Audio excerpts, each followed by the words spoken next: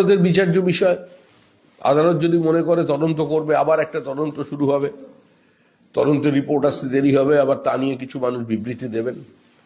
পুরো ব্যবস্থাটাই পচে গেছে।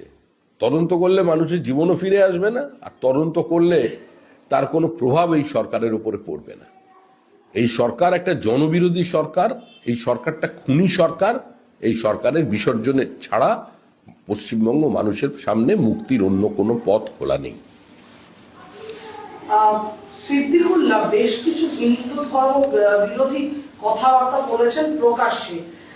অশোকনগরে পুস্তক মেলায় গিয়ে তিনি কিছু মন্তব্য করেছেন এবং তিনি বলেছেন মিডিয়া যত দেখাচ্ছে ততটা বাংলাদেশের হয়নি।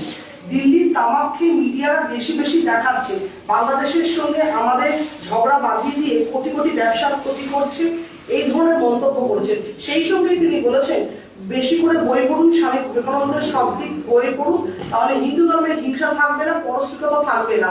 এইভাবে হিন্দুদের অপমান করার চেষ্টা করছেন সিদ্দিকুল্লাহ। কি বলবে, তিনি কি ইউনিসের সাথে হাত মিলিয়েছেন?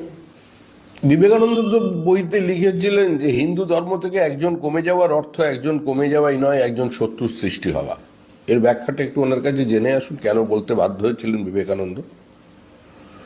আর সিদ্দিকুল্লাহ চৌধুরী এপারে যারা রাজনীতি করেন এদের সঙ্গে বাংলাদেশে যোগাযোগ আছে। যে ইন্ডিপেন্ডেন্ট বেঙ্গল তৈরি করার, বৃহত্তর বাংলা তৈরি করার যে আন্তর্জাতিক চক্রান্ত, শরিয়তি বাংলা তৈরি করবার যে পথ এবং মত, উনি তার সমর্থক, সেই জন্যই উনি বক্তব্য রেখেছেন।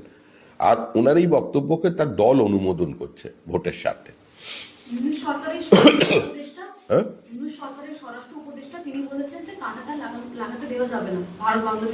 কে ইউনুস? ওটা কোনো সরকার আছে নাকি? কোনো কিছু সমাজ বিরোধী, কিছু মৌলবাদী, কিছু ধর্ষক বসে সরকার চালাচ্ছে। একটা লোক যেটা ক্রিমিনাল চিটফান্ডের মালিক, দিনের পর দিন সে ওখানে বসে হিন্দু মেয়েদের ধর্ষণের সহযোগিতা করছে, ও আবার কি বলবে? কোন নোবেল শব্দকে কলঙ্কিত করেছে। কোথাও কেউ আপত্তি করেনি। ও কোথায় কি বাচ্চা ছেলেরা চেঁচামেচি করছে, ওটা কোনো বিষয় না। ভারত এতটা দুর্বল নয়। আপনি বললেন যে সিদ্দিকুল্লাহ বাংলাদেশের সাথে যোগাযোগ রয়েছে, সে মৌলবাদী, তাহলে মমতা সরকার তাকে রাখছে কেন? সরকারি টাকায় টাকায় বেতন। সেই প্রশ্নটা তো আপনারা গিয়ে মুখ্যমন্ত্রীকে করতে পারেন, ওখানে আপনারা কোনো প্রশ্ন করেন না তার সামনে। বিজেপিকে প্রশ্ন করছেন কেন? এই প্রশ্নটা করুন কি কোনো সাংবাদিক গিয়ে মমতা বন্দ্যোপাধ্যায়কে।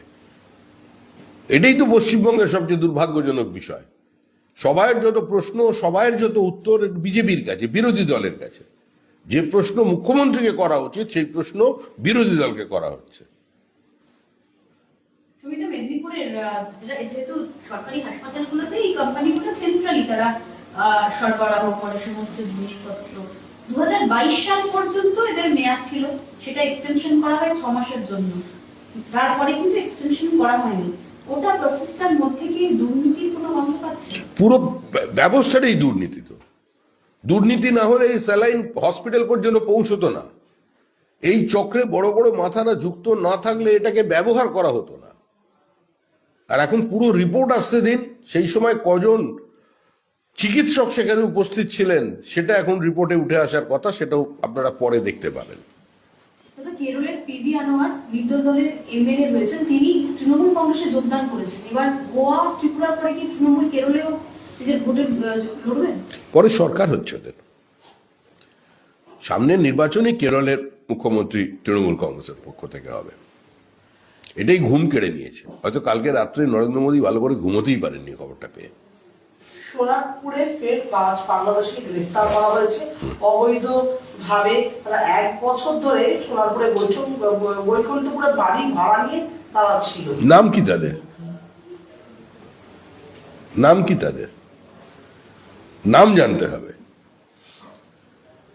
কোন ধর্মাবলম্বী নাম জানতে হবে, সেভাবে বিবৃতি হবে। কারণ আমরা বেশ কিছু অনুপ্রবেশকারী গ্রেফতার করা হয়েছে যারা নাম পরিবর্তন করেছে বা মুসলিম না আছে। হ্যাঁ, উত্তর শেষ হলো না, তুমি বাইকে ঢুকে যাচ্ছ। না, একই প্রশ্ন বলেও করা যায় না। একই প্রশ্ন। সোনারপুরে 5 বাংলাদেশি ধরা পড়েছে, তারা 1 বছর ধরে বাড়ি ভাড়া নিয়েছিল, নাম পরিবর্তন। হিন্দু না মুসলমান? নাম পরিবর্তন করেছে, আনোয়ার বাবলু হয়ে গেছে। শফিকুল কালটু হয়ে গেছে, তারপর এখানে মেয়েদের বিয়ে করবে, তারপরে আসল পরিচয় সামনে আসবে, কেরলের মতন এবার এখানে লাভ জেহাদ শুরু হবে, চারিদিক থেকে ঘিরছে, পরিকল্পিত হবে। রাজনৈতিক নেতাদের ব্লক ভোটের কারণে তারা এদের মদত দিচ্ছে। এটা তো দু একটা সোনারপুরে ধরা পড়েছে, গোটা বারাসাতের চেহারা বদলে দিয়েছে এরা। আপনারা খালি অভিযোগই করবেন, আপনাদের না, আমরা কি করব? আমরা তলোয়ার নিয়ে রাস্তায় নামবো? আমরা চাই সমাজ সচেতন হোক। আমরা আগেও যেটা করেছি এখনো সেটা করছি। আমাদের নেতাই ডক্টর শ্যামাপ্রসাদ মুখার্জি আন্দোলন করেছিলেন বলেই আজকে পশ্চিমবঙ্গ তৈরি হয়েছে। আমরা মানুষকে বলছি যে সংঘবদ্ধ হন, আর নাহলে ধর্ম পরিবর্তন করে নিন, কোনো সমস্যা থাকবে না। এই যে জ্যোতি বসু, প্রমোদ দাশগুপ্ত, শৈলেন দাশগুপ্ত, সৌগত রায়, এদের পূর্বপুরুষরা যদি খালি নিজের নামটা বদলে নিতে তাহলে তো কোনো সমস্যা ছিল না, ওখানে থেকেই কম আন্দোলন করতে পারতেন। সোমেন মিত্র করেননি কেন? ওপারে ওটা চলেনি।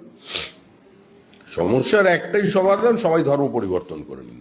করে ফিরাদ হাকিম যেটা বলেছেন, দুর্ভাগা, সেই অপবাদ থেকে মুক্ত হয়ে যান, দেখবেন কোনো সমস্যা নেই। কোথাও কোনো অনুপ্রবেশও তখন থাকবে না, কোনো মৌলবাদও থাকবে না।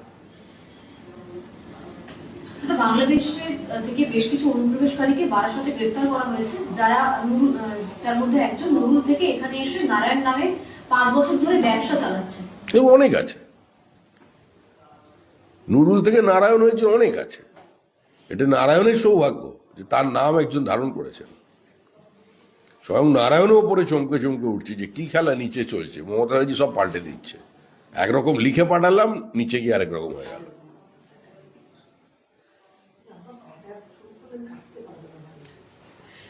ইউনুসের পাকিস্তান প্রেম আবার প্রকাশ্যে। বাংলাদেশের ঢাকায় বাণিজ্য উপদেষ্টা এবার পাক ব্যবসায়ীদের নিয়ে বৈঠক করেছেন। অর্থনীতি, ভিসা, বিমান পরিষেবা নিয়ে বিস্তর আলোচনা পাকিস্তানের সঙ্গে হয়েছে।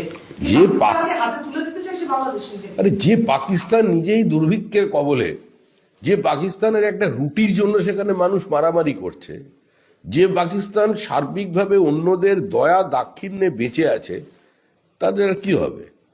এখন ওই মেদিনীপুরের একটা প্রবাদ আছে, আপনি ল্যাংটা ভাইপো সাথে, এদের এখন ওই অবস্থাই হয়েছে। যখন মালদায় সীমান্তে কাঁটাতার দিতে গিয়ে উস্কানিমূলক বাধার সম্মুখীন হচ্ছে বিএসএফ, ঠিক সেখানে সীমান্তে ভুট্টা খেতে জঙ্গিদের অনুপ্রবেশকারীদের পায়ের ছাপ মিলল। বড়সড় নাশকতার ছক। কোথায় কোথায়? মালদায় সীমান্তে ভুট্টা খেতে জঙ্গিদের অনুপ্রবেশকারীদের পায়ের ছাপ মিলেছে। সীমান্তে অনুপ্রবেশ ঘটিয়ে কোনো নাশকতার ছক। পায়ের ছাপ থেকে অনুপ্রবেশকারী কিংবা মৌলবাদী বা কিংবা সন্ত্রাসবাদী বোঝা যায় কিনা আমার জানা নেই। এটা কোনো বিশেষজ্ঞের মতামত হতে পারে, জানা নেই। অনুপ্রবেশ যে বন্ধ হয়েছে কথা কেউ দাবি করেনি। বিএসএফ যথেষ্ট তৎপরতার সঙ্গে তাদের নিজস্ব সীমাবদ্ধতার মধ্যে তারা চেষ্টা করছে, কিন্তু যে